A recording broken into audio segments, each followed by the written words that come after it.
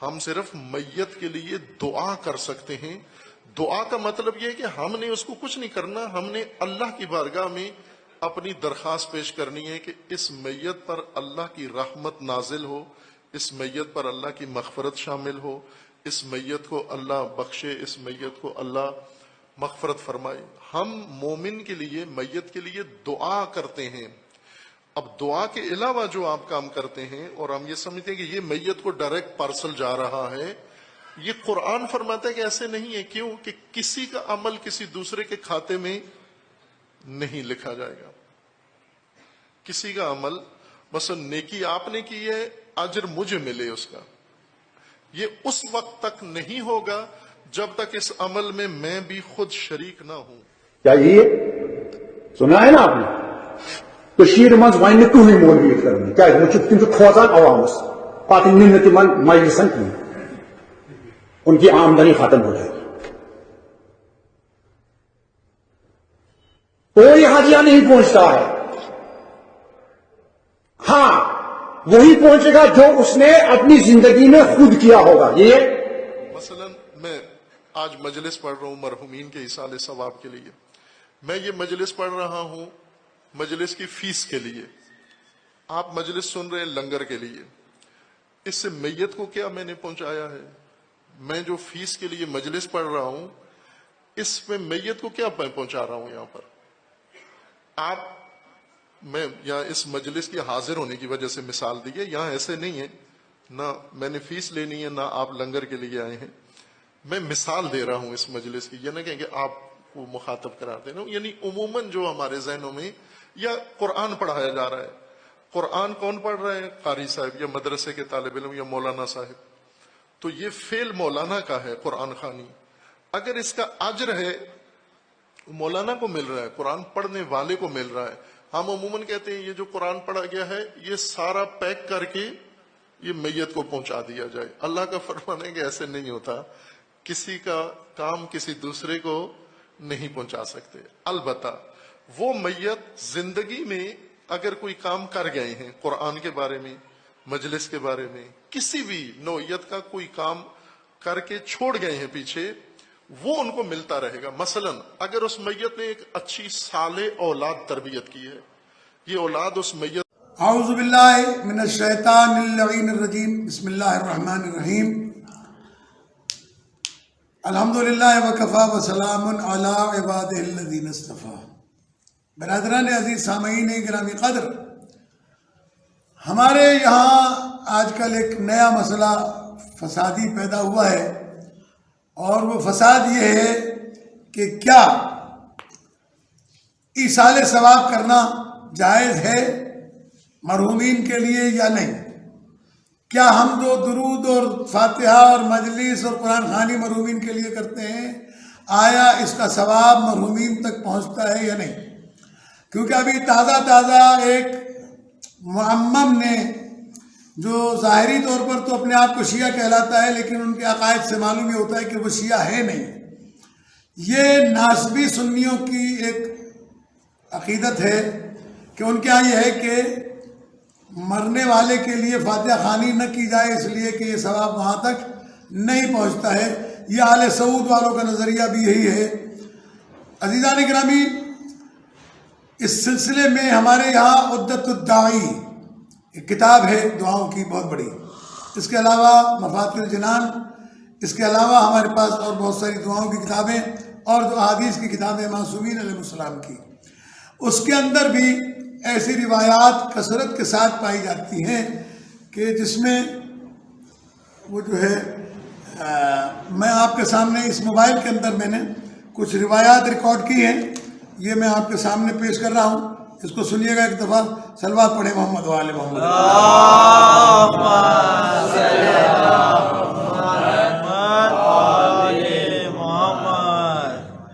یہ روایتیں ہیں، ان کو میں آپ کے سامنے پیش کرتا ہوں. اس کو سمجھیے گا کہ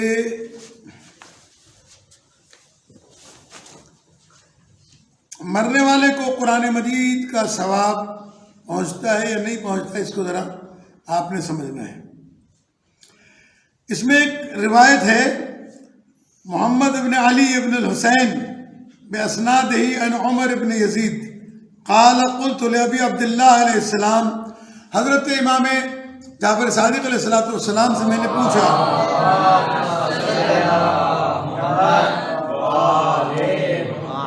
نصلی عن المیت، میت کی طرف سے ہم نماز پڑھیں؟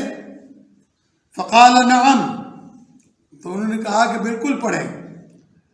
حتی انہ لیکون فی ضیق فیوسع اللہ علیہ ذلک، کہ اگر مرحوم قبر کے اندر کسی مشکل میں ہو، آپ جب اسے 2 رکعت نماز کا ہدیہ بھیجیں گے تو اللہ تبارک و تعالیٰ کی طرف سے وہ اس کی مشکل جو ہے وہ آسان کر دی جائے گی. اور فرمایا آپ نے کہ اس سے کہا جاتا ہے کہ یہ تنگی جو تم سے دور کی گئی ہے، یہ تمہارے فلاں دینی بھائی نے نماز پڑھ کے تمہارے لیے ہدیہ کیا، اس کی وجہ سے تمہارے اوپر سے یہ عذاب ہٹایا گیا ہے. یہ من لا یحضر الفقیہ کی حدیث ہے، جلد نمبر 1 183 نمبر بھی ہے اور 554 بھی ہے. قال علیہ السلام ان المیت لیفرح بالترحم علیہ والاستغفار له کما یفرح الحی بالہدیۃ تہدی الیہ. امام فرماتے ہیں مرنے والا، اس کے لیے جو کار خیر کیا جاتا ہے، رحم کیا جاتا ہے اس کے لیے، یعنی رحم سے مراد سلوات بھیج دی، 2 رکعت نماز پڑھ دی، اس کے لیے سورہ فاتحہ کی تلاوت کر دی، اور اس کے لیے کوئی اور کار خیر کرا دیا، اس کے نام سے آپ نے کوئی پانی کا نلکا لگوا دیا، کسی غریب کے گھر میں پنکھا لگوا دیا، کوئی بھی کار خیر کیا. معصوم فرماتے ہیں کہ جب ان المیت لیفرح بالترحم علیہ، جب اس پر رحم کیا جاتا ہے تو میت خوش ہوتی ہے. والاستغفار له، اور اگر اس کے لیے استغفار کیا جائے اس سے خوش ہوتا ہے. کیسے؟ کما یفرح الحی بالہدیۃ تہدی الیہ، اس ہدیے سے جیسے ایک زندہ آدمی کو کوئی تحفہ دیا جاتا ہے تو جیسے وہ زندہ تحفے سے خوش ہوتا ہے، اسی طریقے سے مرنے والا جب اس کے لیے استغفار کیا جاتا ہے یا اس کے لیے کوئی ہدیہ بھیجا جاتا ہے تو وہ خوش ہوتا ہے. وقال علیہ السلام، یہ ایک اور ہے کہ يدخل على المیت فی قبرہ الصلاۃ والصوم والحج والصدقۃ والبر والدعاء ويكتب اجرہ للذی یفعلہ وللمیت. یہ حدیث ہے کہ یہ بھی من لا یحضر الفقیہ کی حدیث ہے کہ امام علیہ السلام نے ارشاد فرمایا کہ اگر میت کے لیے نماز پڑھی جائے، روزہ رکھا جائے، حج کیا جائے، صدقہ دیا جائے، نیکی کی جائے، دعا کی جائے تو یکتب اجرہ للذی یفعلہ وللمیت، تو اس کو بھی اجر ملتا ہے جس نے پڑھا ہے اور اس کو بھی اجر ملتا ہے جو قبر میں مردہ ہے. یہ ایک ایسی بہت ساری حدیثیں ہیں، میں طولانی حدیثوں کو نہیں کرنا چاہتا، ورنہ الاستبصار میں جو ہماری حدیثوں کی کتابیں ہیں ان کے اندر یہ تمام حدیثیں موجود ہیں. فرمایا قال علیہ السلام من عمل من المسلمین عن میت عملا صالحا اضاف اللہ له اجرہ ونفع اللہ بہ المیت. اگر کوئی شخص کسی مرنے والے کے لیے، مسلمان مرنے والے میت کے لیے کوئی عمل صالح انجام دیتا ہے تو پھر اللہ تبارک و تعالی اس عمل کرنے والے کو بہت زیادہ اجر دیتا ہے اور اس مرنے والے کو قبر میں بھی اجر پہنچاتا ہے. یعنی ایک زندہ کے لیے کام کیا جائے، ایک مردہ کے لیے کام کیا جائے، کیونکہ وہ بیچارے وہاں پر مرحوم ہیں، لہذا کہا گیا کہ قبرستان جاؤ، قبرستان کے مرحومین کے لیے فاتحہ پڑھو، اور اگر آپ اپنے والد، اپنے عزیز کی قبر پر جاتے ہیں تو یہ معصومین کا فرمان ہے کہ وہ مرنے والا اتنا خوش ہوتا ہے کہ کوئی تو دنیا میں سے ایسا ہے جو مجھ سے ملنے کے لیے آیا ہے. لہذا اہل بیت علیہ السلام کے مکتب میں فاتحہ خوانی کا ثواب پہنچتا ہے، لیکن جن کا نہیں پہنچتا ان کی وجہ ہے چونکہ ہم جب بھیجتے ہیں ثواب تو ہم محمد و آل محمد علیہ السلام پر درود پڑھ کر بھیجتے ہیں، اور محمد و آل محمد علیہ السلام کو وسیلہ بنا کر بھیجتے ہیں، ان کے پاس، ناسبیوں کے پاس وسیلہ ہی نہیں ہے تو ان کا بیچاروں کا کہاں سے پہنچے گا؟ اور ہمارے ایک بزرگ عالم کا قول ہے، وہ کہا کرتے تھے کہ شیطان نے جب دیکھا کہ میں نے ایک آدمی کو زندگی پر گمراہ کیا، رستے سے ہٹانے کی کوشش کی، اس کی نماز چھڑوا دی، اس کا روزہ چھڑوا دیا، اس سے میں نے گناہ کرا دیا، اب پیچھے والے جو مرحوم کے وارث ہیں انہوں نے کیا کیا؟ انہوں نے مرنے والے کے لیے نماز پڑھ دی، اس کی قضا نمازیں پڑھ دی، پڑھوا دی، قضا روزے رکھوا دیے، اس کے گناہوں کے لیے استغفار کیا، اب وہ پاک ہو گیا۔ شیطان پریشان ہے، میری ساری زندگی کی محنت برباد کر دی، میں نے تو اسے جہنم والا بنا کے بھیجا تھا، پچھلوں نے اس کے لیے کار خیر کر کے اسے پھر جنت والا بنا دیا۔ صلوات بھیج دیں بابا نبی محمد و آل محمد۔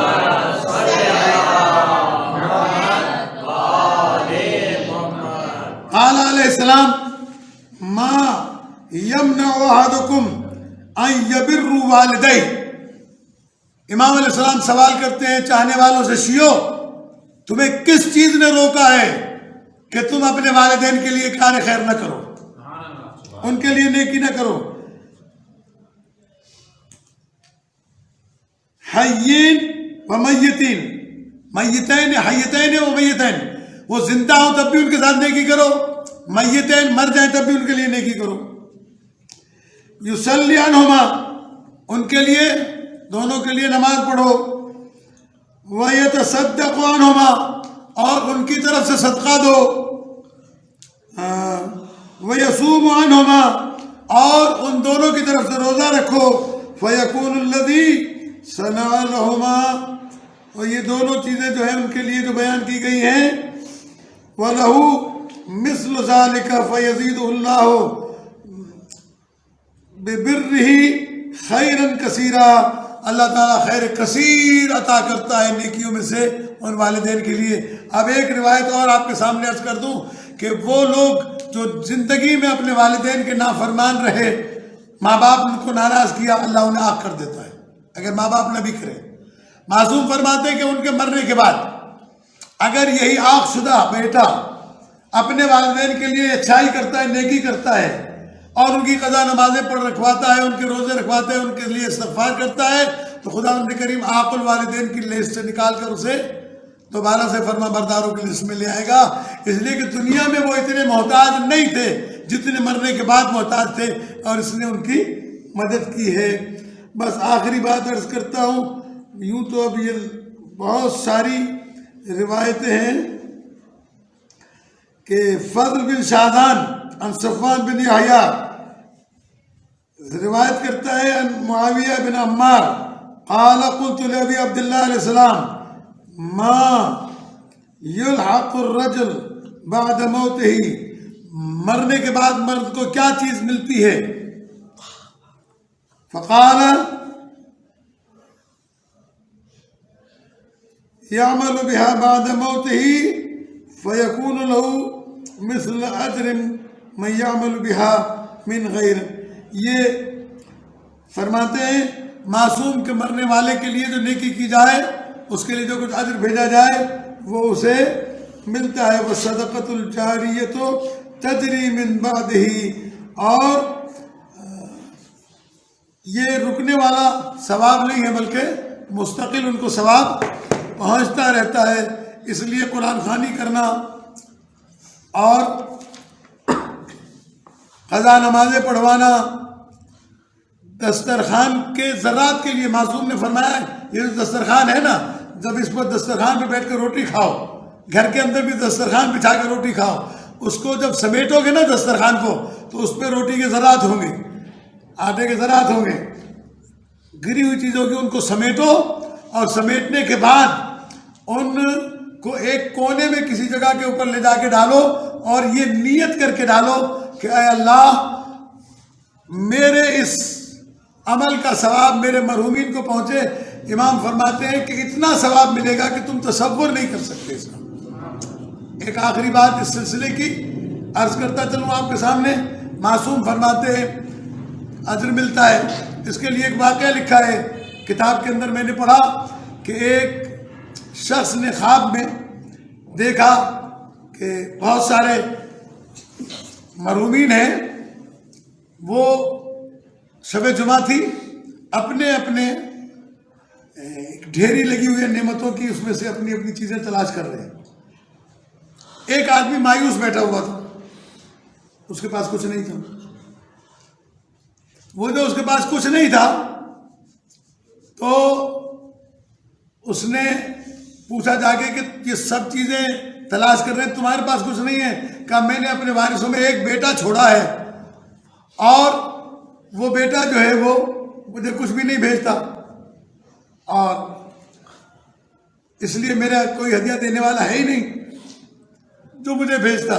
اس کی آنکھ کھلی، اس نے اس کا نام پوچھ لیا تھا خواب میں، وہ دھوبی تھا وہاں کا، اس کے گھر گیا، اس کے بیٹے کو آواز دی تو اندر سے کسی کی آواز آئی کہ دھوبی دریا کے اوپر جو ہے نہر پہ کپڑے دھونے کے لیے گیا ہوا ہے، یہ دریا پہ گیا، جا کے اس سے کہا کہ ایسے ایسے میں نے تیرے باپ کو خواب میں دیکھا ہے، اس کے لیے کوئی نیکی کر تاکہ اسے کچھ اجر ملے۔ اس نے کہا کہ میرے باپ نے مجھے نہ قرآن پڑھایا، نہ حدیث پڑھائی، نہ میرے بابا نے مجھے کوئی ایسی اچھائی بتائی کہ جو میں اس کے لیے کر سکوں، اور پیسے میرے پاس ہے نہیں کہ میں اس کے لیے پیسے خرچ کر سکوں، میں جتنا کماتا ہوں وہ شام کو اپنے بچوں کے لیے میرے خرچ ہو جاتا ہے، لہذا میرے پاس کچھ نہیں ہے۔ جب اس نے زیادہ اصرار کیا کچھ تو بھیج، کوئی بات تو ایسی کر اس کے لیے، تو اس نے نہر میں سے، دریا میں سے پانی بھرا ایسے چلو میں اور یوں باہر پھینک کے کہا جاؤ، اس کے علاوہ میرے پاس اس کے لیے کچھ بھی نہیں ہے، یہ چلا گیا۔ اگلی شب جمعہ کو اس نے پھر اسے خواب میں دیکھا کہ اس کے پاس بہت ساری نعمتیں تھیں، بہت سارے تحفے تھے، تو اس نے کہا کہ تیرے بیٹے نے تو مجھے یہ کہہ کے واپس کر دیا تھا، تو یہ نعمتیں تیرے پاس کہاں سے آئیں، یہ کس نے تیرے لیے کیا ہے؟ اس نے کہا کہ وہ جو اس نے پانی میرے نام پر زمین کے اوپر پھینکا تھا اٹھا کر، وہاں پر ایک مچھلی پڑی ہوئی تھی چھوٹی سی جو تڑپ رہی تھی، آخری سانسوں میں تھی، جب اس کے اوپر پانی پڑا تو اسے چند لمحوں کے لیے سانس مل گیا، اس سانس ملنے کا اجر اللہ نے یہ عطا کیا کہ اتنی ساری نعمتیں مجھے عطا فرمائی۔ اللہ تبارک و تعالی ہمیں اپنے مرحومین کے لیے احسان ثواب کرنے کی توفیق عطا فرمائے، اور ہمارے بچوں کو اس ناسبی عقیدے سے محفوظ فرمائے۔ والسلام علیکم ورحمۃ اللہ۔